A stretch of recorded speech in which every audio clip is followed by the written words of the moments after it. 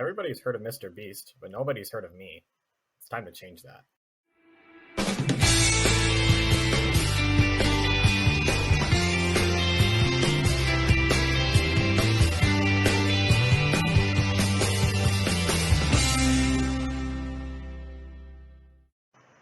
So anyway, here's the plan.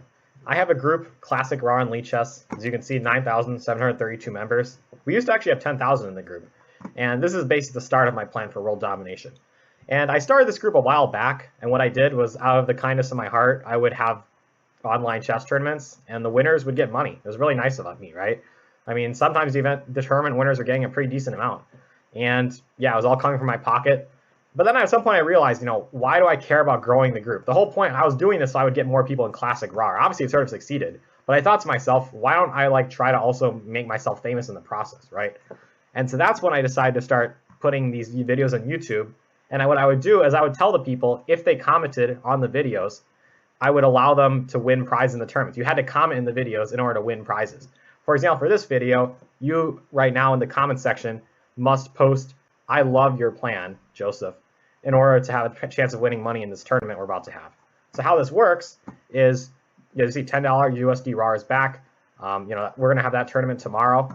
And yeah, people comment on my videos and subscribe and are loyal to me. Great for them, good for me. Everyone is happy. And yeah, that's basically me being Mr. Beast. As you can see, first place $3. I'm sure Mr. Beast started at the same place that I am.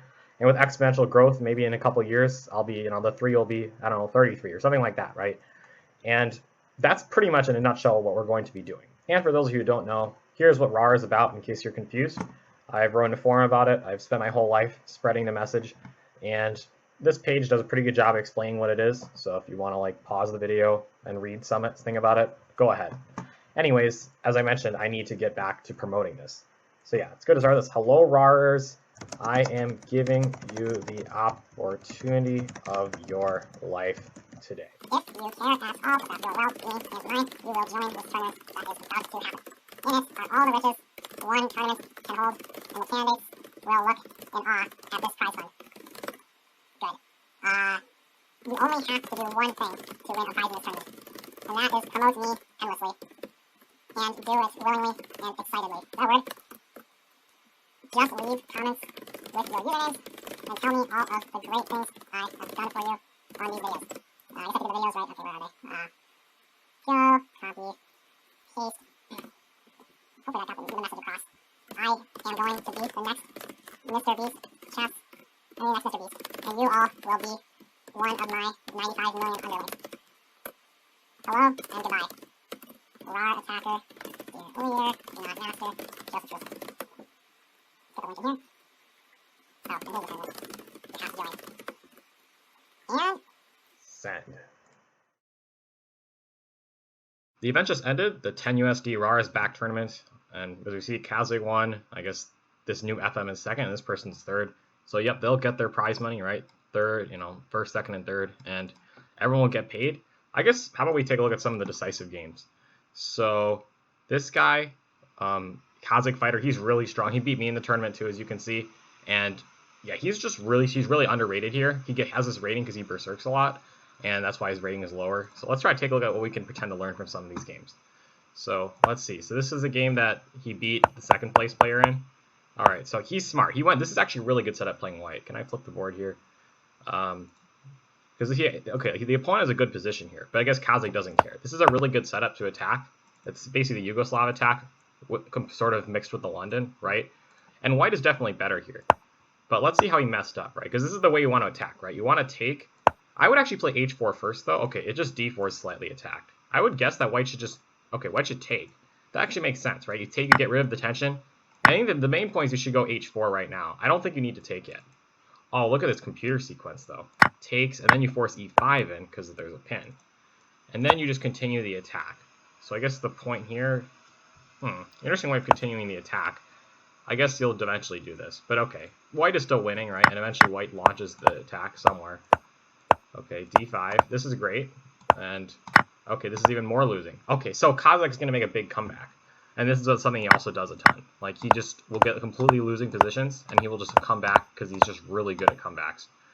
Okay, that's too bad. All right, so obviously everyone's going to start blitzing. As we see, Kazakh is way up in time. He just moves instantly. He's like really good bullet player. And okay, so he blundered by taking a piece because he missed this tactic. All right, this is just exactly what Kazakh would do. And then the game is over. So props to Kazakh there. I mean, this is blitz chess, right? That's sort of how it works. And I wonder, has there been any other brilliant games? I mean, I'm not sure if they're going to be that instructional because this is blitz. I mean, I guess let's see. I had a couple games that maybe were okay. Not very many though. So let's take a look at one of these games. I guess this is a game, not my favorite. What was I think I had a game that was like actually pretty interesting. I think game 9 was all right. Let's see what happened in this one. This is the crazy one. So what happened is, right, I went for this opening. This is a really good setup for white. It's called the 2 knights defense against the Caro-Kann. If you're playing white, I'd recommend it. The point is, if black takes, white has a very comfortable position. He hasn't played d4 yet. And, you know, if black does knight d6, you can play this move queen e2, right? And the point is to threaten knight d6 checkmate. Now, usually black players will not fall for this, but already black's a little bit worse. For instance, you see in the database, white tends to score all right here because black has blocked his bishop when he plays e6, right? And you just play normal moves and you should have a better position. So I usually go for this setup, but the main line is actually bishop g4. The problem with this move is that you can win the bishop pair, right? And usually black takes, but white is just better here, right? He'll play d3, play cautiously, but with a free bishop pair, in the long term, white will always be better. But he played h6, which is actually a slight mistake because this allows some really interesting sequences. I can take, I play check, right? And notice the pressure here. All this is good. I mean, I did d4 first, but this transposes. The surprising part is this line is more confusing than I thought it was. I mean, I thought h4 was theory, but apparently it wasn't. Let's see what the master's database says. h4 is theory. So what did I mess up? f6. Maybe this is actually fine for white, for black, I mean. So good to know. Queen e2 is the move. Okay, the reason it's queen e2 is because if black's going to play f6, you want to be attacking e6. So this is actually something I need to remember. But this is what I like. This is a really effective line for white, right? Because, like, look what's black going to do. Bishop b4, I mean, that's the main move. But then you go h4. And now I guess f6, yeah, obviously that just doesn't work. You can just take this, right? Well, I guess that's... Okay, so it's actually more confusing, but I guess you do everything perfectly. You're still better. But wow, this goes to show it's a confusing position for sure. Anyhow, in the game here, I think I was trying to attack him, and the problem is it just wasn't working. Right? I was like, come on, where's my win? I should be winning, but he kept defending everything. So it's sort of frustrating, and, you know, it didn't feel like anything was going on. But eventually he started messing up, and I started messing up. And yeah, this one was weird. I was confused to see this move, because then he allowed this. And yeah, I figured out queen e3 was the move I needed to play to almost pin this. And the point is, now that when he goes back, there's so much pressure against d5. And that's how I ended the game. I took here, and I realized, look at this. I knew I went for this endgame because even in the endgame, sometimes you can still attack your opponent's king, right? And these pieces are just so terrible. So I just brought all my pieces in the attack. First, I kick back the knight because it's defending d5, and then I play this move. And even though these are sort of slow moves can often work in an endgame, right? How is he defending the threats? And he immediately played king d7, right, in just 2 seconds. And he missed, okay, I just taken d5 anyways. I was threatening knight takes d5. This made it even worse for him, though. So in this position, he resigned, seeing that I have multiple ways to destroy him, even though it's an endgame. So I guess that was an interesting game. At least I thought it was interesting. I guess I think I win. It's interesting. Was this like my failed attack? This is not my weird attack game. I had one game that I thought was actually decent by me. I think that was this one. This one I was actually sort of proud of. And I think it was also interesting. So this was the 3rd round, right? Okay, so we played normal moves, and he really went crazy after me. So he played the Stonewall almost, except he has 2 pawns here. And this looks optically good for black, right? You just feel like black's just going to castle and attack me. But it's not that simple, because if he goes bishop e3 7, my plan is to counter in the queen side, as this engine is recommending. And it's actually hard for him to make progress, right? If he pushes the e-pawn, he gives a lot of weaknesses for himself. And, you know, I'm just going to start preparing this attack over here. I'll play d3 to stop e4. And if he can't break through, I'm going to be the one that makes progress on the queen side. So it looks good, but unfortunately for him, it's not really that good. But e4 is a bad move by him, because he now gave himself a lot of holes, right? This is weak. I'm just going to attack the d4 pawn, d4 pawn. And that's what he realized. He even just took the pawn. I'm not sure if this is best.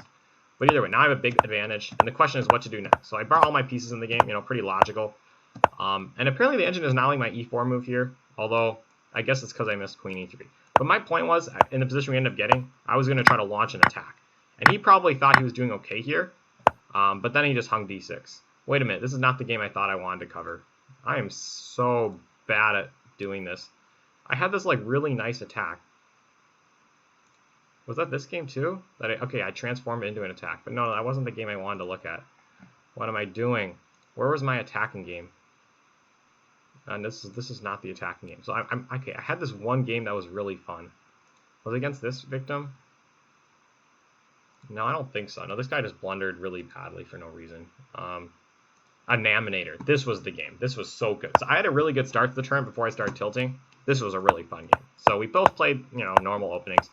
And when Black plays Bishop c5, it's something worth mentioning. Black is thinking about playing the move Knight d4. And so when White castles, that's why White in this position, if you look at the database, he usually either takes or he plays c3, right? Because in either case, you stop Knight d4. Obviously, take that doesn't happen. If you play any other move here as White, Black's going to play Knight d4, right? So if he, Knight c3, you can still do Knight d4. Maybe it's not the best move anymore. It still is the best move, right? Because even when they take, it looks crazy, but it's a really fun compensation. Basically, you go d6, and when they go back, you pin that knight, and they're in a lot of trouble. So that's why going here, castles also runs into Knight d4. The one line you need to know as Black is after White takes, White has this one trick here, right? He plays c3, and then he plays d4, which is a little bit confusing, you'd think, right? Because, I can't really take because then e5. But I believe, yeah, you can castle, right? And the reason castles work is that then if they take, then you don't worry anymore. And bishop g5, I assume, what? Yeah, h6, okay. So nothing to be worried about there. So instead he played knight d2, so I'm not concerned. So we both play normal moves.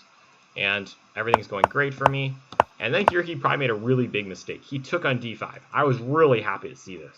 My opponent needs to keep this pawn in the center to stop me from advancing, right? That's why in a lot of these positions, you get this pawn structure a lot, where both sides have an e-pawn, and they just don't let that e-pawn move from the center. After knight e3 is definitely worse, because look at the bishop. But I don't know, the game would go on. He played e takes d5, and then knight e3, and now I'm just going to have free ideas of playing e4. When I played rook e8, I was happy that he played d4, because then that gave me e4 for free, but it turns out I have threats of d4 myself, and that the engine likes him playing d4, but look at this attacking structure, right? This is exactly what he needs to be worried about, because now I'm just going to point all my pieces towards his king, right? And it might take a while for me to get this going correctly, but once I do, look at his defense, right? This is exactly what you don't want to let happen to your king. So unfortunately for him, yeah, the pawn structure is really bad, and he doesn't find any counterplay. Queen e2 is very slow. So, I force a weakness, right? His pawns, I want to make him move forward. And now I play h5, which is a really strong move. There's a few ideas. One idea is maybe to play h4, but I wasn't really wanting to do that. I wanted to put a knight or a bishop on g4, which is what I did in the game. So b3, again, is way too slow. Okay, engine sees quicker wins, but knight g4 was still pretty strong. Him taking was not good. I was going to take his knight anyways and do the same thing. But I don't think he realized what pattern I was setting up here after queen e1. Because when I played bishop f3, the plan was simple. Put a queen in h3 and checkmate him. And he just totally missed that with bishop f4. I thought he was going to go bishop d1, right, to try to take this. Although even after queen d7, it's still pretty miserable. What is his defense? Does he have to just give up his queen? Queen e3, what's the defense? Oh, it's threatening that. Okay, so that's right. So it won't win immediately. Then I have to, take a longer. Then I have to, lift all my pieces and get them all in the attack and eventually win. But yeah, he did this, and then I was able to pick queen d7, and then this won the game for me. So those were some of the games that I had. I mean, as we can see here, plenty of other players had crazy events. Inicia Ativia, pretty good tournament for him too. That's a lot of wins. I mean, this event is brutal, right? If you're under 1900, it's really hard to win a lot of games because the way the Swiss system works, they'll start pairing you against a lot of other players. But this is great, right? This is real chess, and I am the MrBeast of Chess. That's what you need to comment here if you want to get whatever bonus I give in a future tournament, right? Comment. Don't comment that. Comment Joseph is the next MrBeast. That works, right? And so, yeah, we got more tournaments coming up here. We're going to continue trying to, be like MrBeast. And, I got to think about other things that MrBeast does, right? Because, obviously, the money won't be in a grand scale. But we should probably start introducing more of the other things he does. I mean, I can't, fly anyone over for some epic thing. But, should we add, trivia matches? Or maybe go outside of chess? That could be actually pretty epic. So if you guys have any ideas on how we can make this whole money giving thing more epic, I'm gonna need those ideas because I'm not very creative. So please let me know in the comment section, and let's rawr.